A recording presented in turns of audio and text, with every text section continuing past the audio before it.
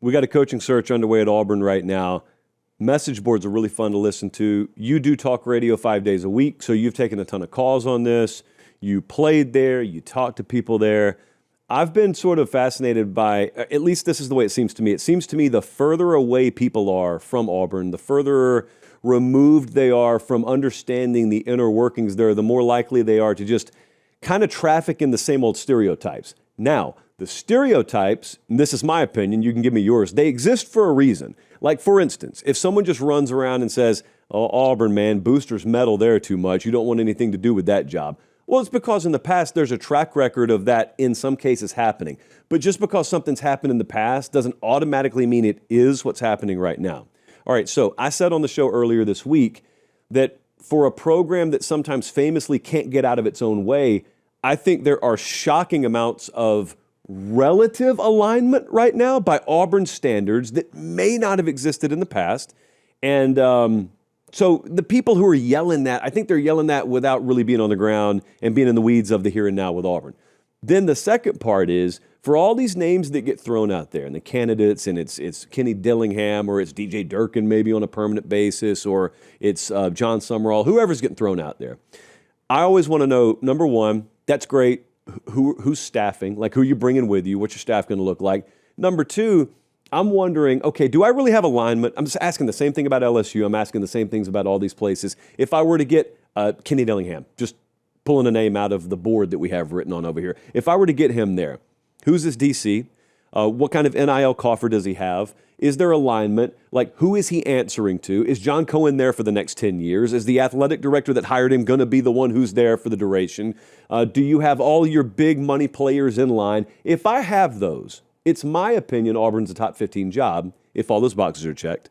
And it's my opinion all of these guys could win there if that's all checked. So that's me, and I'm up here like on the roof. You're down there on the ground. How do you perceive just the overall state of that place right now? I am in line with your assessment of it. I think that in the past, there has been a power struggle from starting with the administration. And I don't mean the athletic administration. I mean the academic administration wanting to maybe have more say, or the only say. And then at times that went over to the athletic department and who was actually going to make the call there. And then those two factions sort of butting heads. And then there's been other times when I think inside the athletic department, there have been money guys who wanted to be the big dog, wanted to be the only one, didn't want other people to have a say. That then began to cause problems. I think there have been some that have taken a little step back, some that maybe have heard a little voice of reason as to together we can probably do this a lot better. And I think the direction of college football almost forced a little bit of that with college athletics, I guess, not even college football. So I'm with you. I think there's also a part of, Josh, that last hire was, even if it may not have been told or presented that way, that was hand selected by some of those individuals that we're referencing. So I also think that there's a little bit of it now that's like, all right, we got it wrong. We're going to trust maybe somebody else's opinion on this just a little bit more than we did last time. Doesn't mean that they won't share their opinion. Doesn't mean that they won't at least say, we would love to see this or that.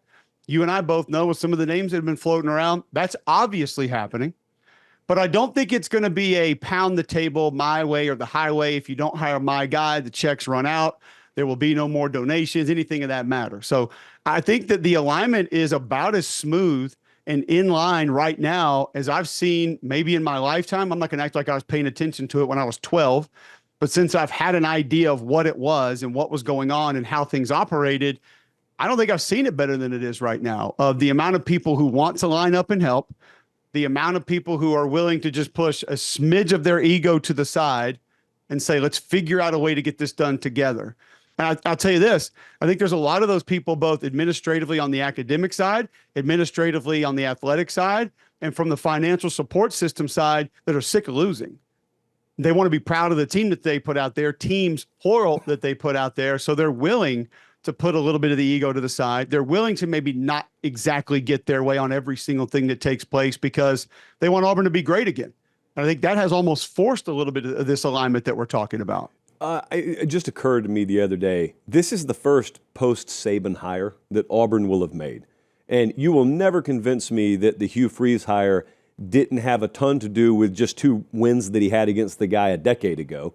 And so those were bullets in the chamber when I'm defending the Hugh Freeze hire, if I'm responsible for making the hire down there. And look, if he was the right guy for the job, he was the right guy for the job, but that always seemed kind of nonsensical to me. So anyway, Freeze or not, we're on from the era where you're hiring a guy and the first words out of your mouth are, now you got to compete against Saban in Alabama. You got to compete against the elephant in the room up there.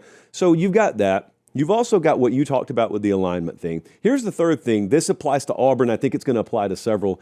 There's this bygone idea that if you're a top 15 program, if you fancy yourself one of the elites out there, you don't have to settle for anything other than a finished product. Like you can go and just, there's going to be this endless supply, this orchard of finished product head coaches with multiple years Power 4 coaching experience, and they've got hardware in the trophy case. And when it comes time for you to fill your job, you're just going to pluck it right off the tree. That's never been the case in any era. It's definitely not the case in this era. So my mentality with this, if I'm Auburn or if I'm anyone else, is I keep hearing names.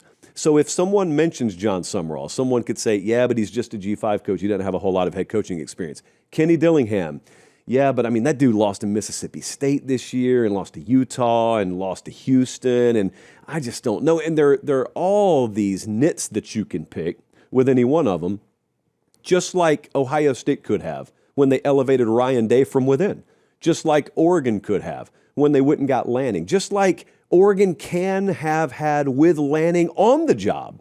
I mean, he got circles coached around him by DeBoer the first couple of times they faced him. My point is, Oregon kind of invested in their guy and said, all right, we're gonna bite the bullet of the notion that he's gonna have to professionally develop on our dime a little bit, but they look at it no different than if I go and recruit a true freshman 5-star left tackle that I think could be all conference in 2 or 3 years. It doesn't automatically mean he's a plug and play as a true freshman.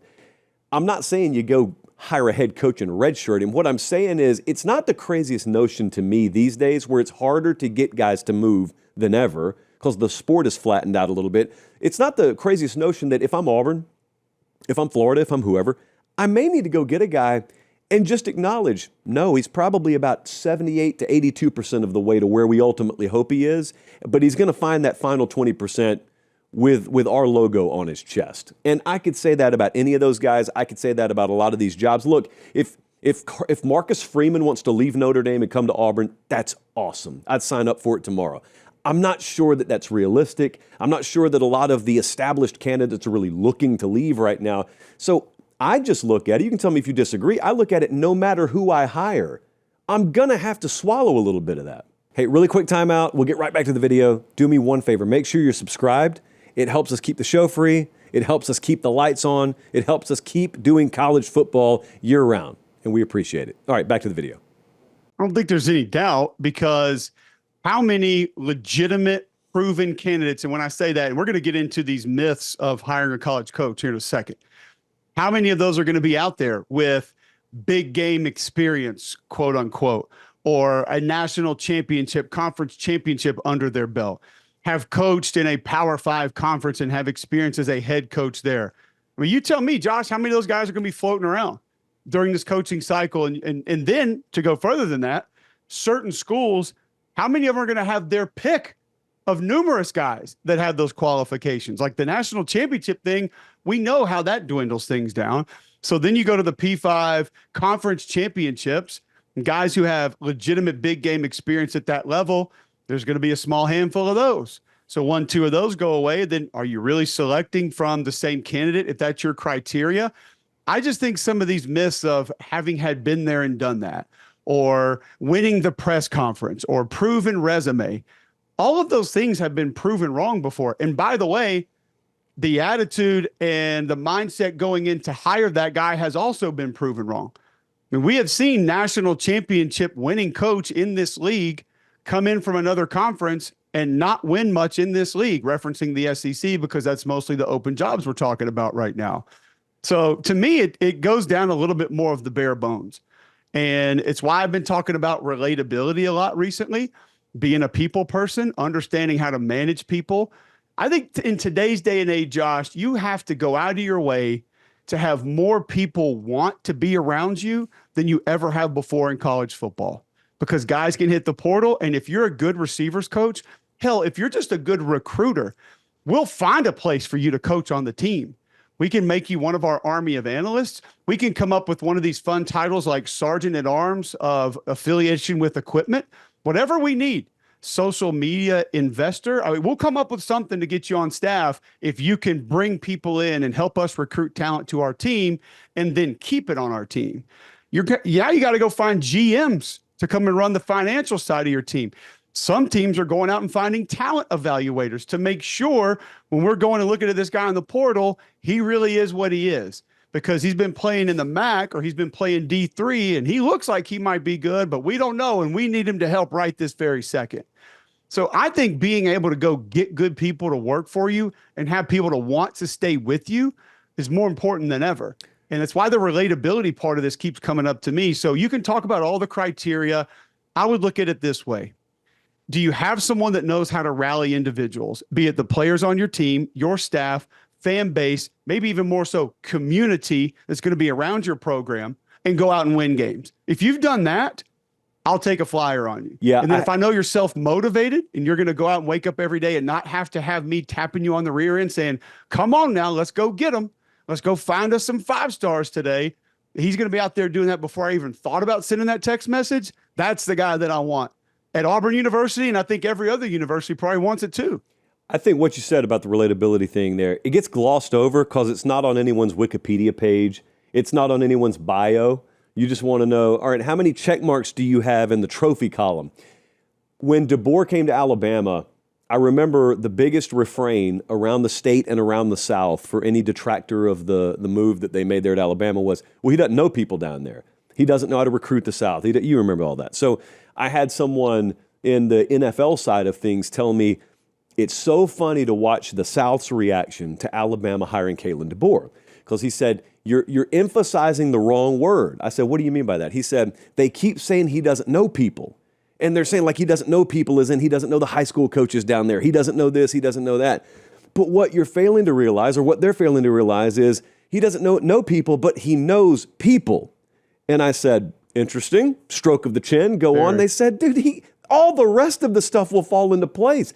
People want to work for him. People want to play for him. People love being a part of the organization. It's a very magnetic culture. And now Alabama hadn't struggled to recruit.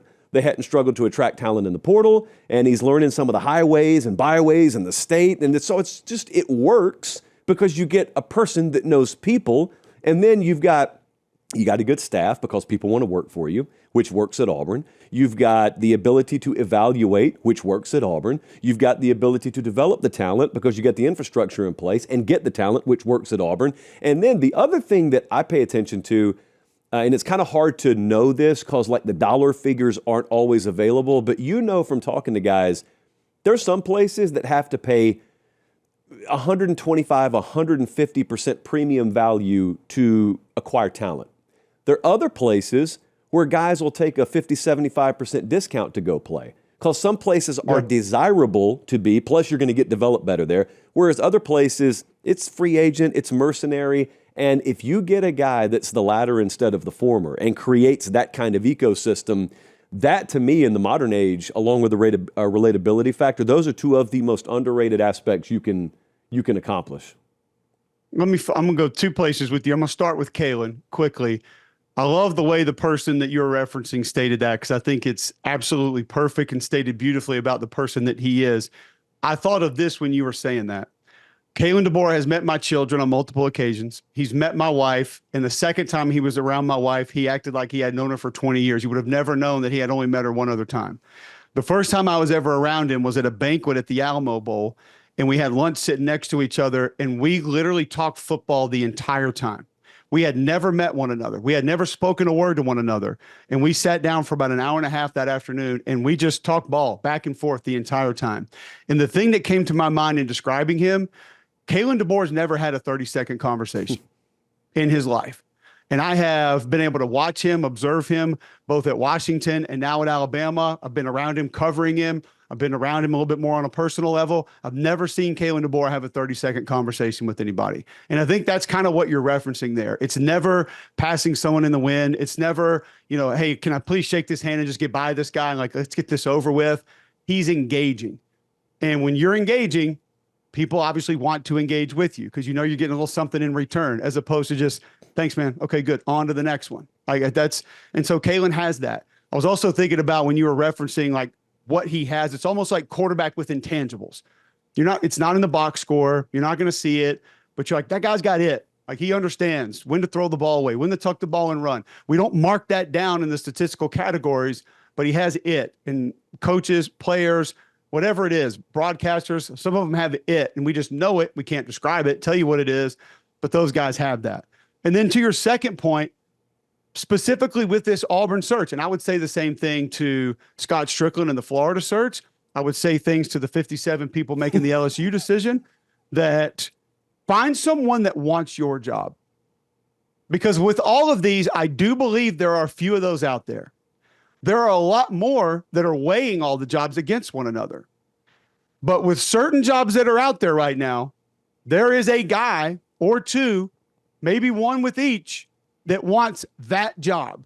And if you can find that, I would waste no time going and hiring that individual right now. Because you and I both know there's a lot of people that are weighing contracts against one another. There's a lot of folks that are trying to leverage jobs against other jobs. There are very few guys out there that can look at an opening and say, that's the one I want. And when you find that guy, you better do what you got to do to go get him. There are guys that fit both categories. If you're an Auburn fan watching, I would take comfort in the notion that there are qualified people out there who want the Auburn job. Not a job, who want the Auburn job.